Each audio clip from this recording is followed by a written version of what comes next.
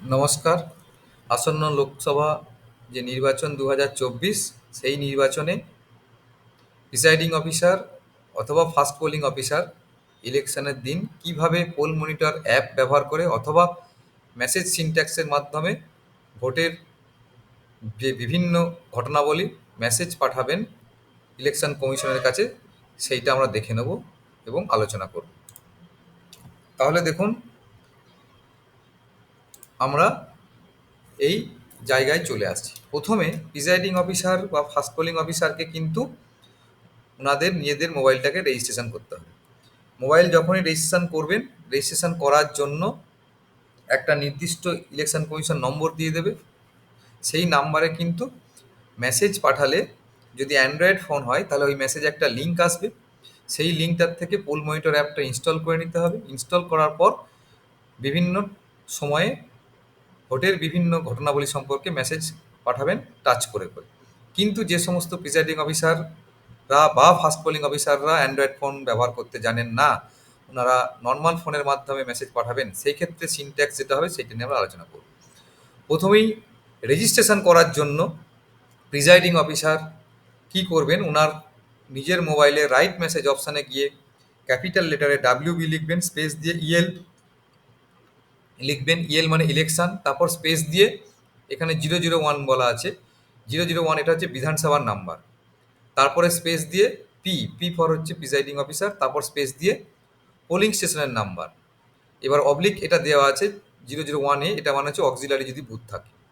তাহলে যদি ধরুন আপনার যে বুথের জন্য আপনি ভোট নিতে যাচ্ছেন, সেটা যদি ধরুন 260 এই বিধানসভার আন্ডারে হয়, পোলিং স্টেশন 220 হয়, তাহলে আপনাকে মেসেজটা পাঠাতে হবে WB space El space 260 space P space 220, অর্থাৎ পোলিং স্টেশনের নাম্বার 220 আর বিধানসভার নাম্বার বা অ্যাসেম্বলি কনস্টিটিউয়েন্সির নাম্বার 260। যদি ধরুন পোলিং স্টেশনের নাম্বার 22 হয়, তাহলে এখানে আপনাদেরকে লিখতে হবে, শুধু 22 লেখা যাবে না, 022 লিখতে হবে। তাহলে এইটা করার পর নির্দিষ্ট নাম্বারে পাঠিয়ে দিলে আপনাদের ফোনটা রেজিস্টার্ড হয়ে যাবে। তারপর আপনাদেরকে P-1 ডেতে পোলিং মেটেরিয়াল নেওয়ার পর ট্যাগিং ফ্যাগিং যা যা আছে সেইগুলোকে নিয়ে যখন বুথে চলে গেলেন, পোলিং স্টেশনে পৌঁছালেন বিকালের দিকে, তখন আপনাকে একটা মেসেজ পাঠাতে হবে, সেটা হচ্ছে WB space El space S A P. এসএপির মানে হচ্ছে safely arrived at polling station, অর্থাৎ আপনি বুথে সঠিকভাবে পৌঁছে গেছেন, তার জন্য এটা আপনাকে জানিয়ে দিতে হবে। এরপর 3 নম্বর যে মেসেজটা হবে সেটা কি না, সেটা হচ্ছে মক পোল যখন করবেন, 5:30টার সময় স্টার্ট করবেন ভোটের দিন, সেই সময় যদি আপনার 4জন পোলিং এজেন্ট উপস্থিত থাকে 5:30টার সময়, তাহলে আপনাকে একটা মেসেজ পাঠাতে হবে কি WB space El space MP space 04, অর্থাৎ মক পোলের সময় 4জন পোলিং এজেন্ট উপস্থিত ছিলেন। যদি 2জন থাকে তাহলে মেসেজটা তখন এখানে 4-এর পরিবর্তে 02 হবে। এটা নির্দিষ্ট নম্বরে আপনাদেরকে পাঠিয়ে দিতে হবে। তারপর 7টার সময় যখন ভোট শুরু হচ্ছে, সেই সময় ভোট শুরু হয়ে গেছে তার একটা মেসেজ পাঠাতে হবে পোল স্টার্টেড বলে। তখন যে মেসেজের সিনট্যাক্সটা হবে সেটা হচ্ছে WB space El space PS। এইবার কখনো কখনো আমাদের ভোট শুরু করতে 7টার পর হয়ে যায়, কিন্তু যতক্ষণ আপনার বিভিন্ন কাজ চলছে অথচ 7টা পার হয়ে গেছে, আপনারা তখন লাইনে যারা দাঁড়িয়ে আছে সেরকম 1-2জনকে আমাদের ঢুকিয়ে নিয়ে আমরা এই মেসেজটা সঙ্গে সঙ্গে পাঠিয়ে দেবো। তার মানে বিভিন্ন জায়গা থেকে কমিশনের যারা হায়ার অথরিটি রয়েছেন ওনারা বুঝে যাবেন না 7টার সময় কিন্তু ভোট শুরু হয়ে গেছে। এরপর আমরা জানি 2 আওয়ার্সলি একটা করে রিপোর্ট পাঠাতে হবে প্রিসাইডিং অফিসারকে। একটা 9টার সময় পাঠাতে হবে, একটা 11টা, একটা 3টে, একটা 5টার সময়। তাহলে এই টোটাল 2 আওয়ার্সে যখন রিপোর্ট পাঠাবেন প্রিসাইডিং অফিসার, তখন কি করবেন, উনি 9টার সময় থার্ড পোলিংয়ের কাছে কন্ট্রোল ইউনিট রয়েছে, সেই কন্ট্রোল ইউনিটের টোটাল বাটনটা প্রেস করবেন।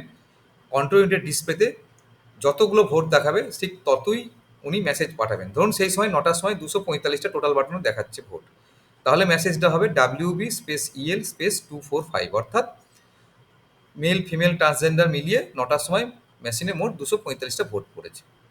এরপর যখন 11টা বাজে তখন হয়তো আরও 200টা ভোট পড়েছে, তাহলে মোট 435টা ভোট পড়েছে।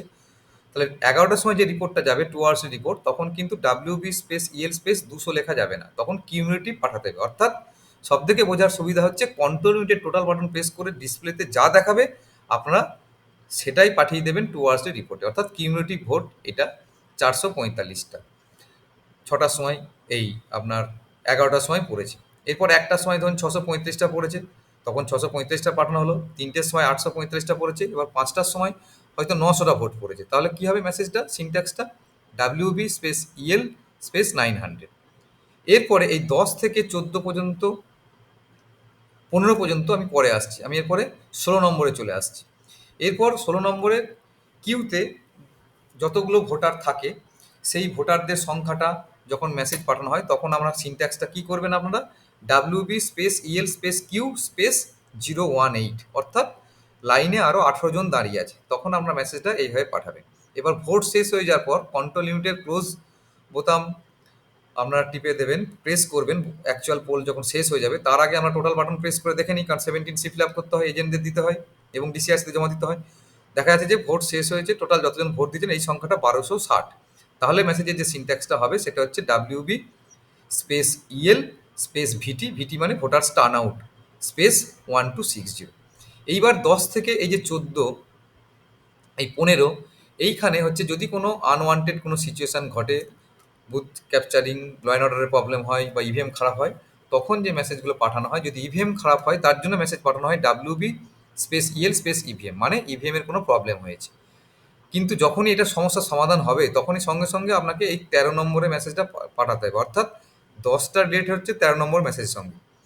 এখানে তখন মেশিন ঠিক হয়ে গেলে তখন কি মেসেজ পাঠানো হবে, WB space El space EVM space PR, অর্থাৎ পিআর মানে প্রবলেম রিজলভ।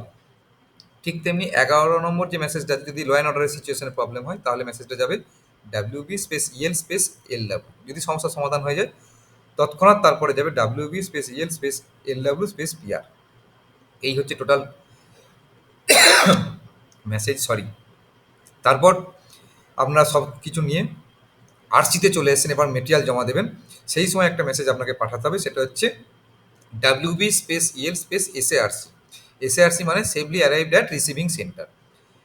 এই 18টা মেসেজ আপনাকে টোটাল পাঠাতে হবে এই লোকসভা ইলেকশন 2024।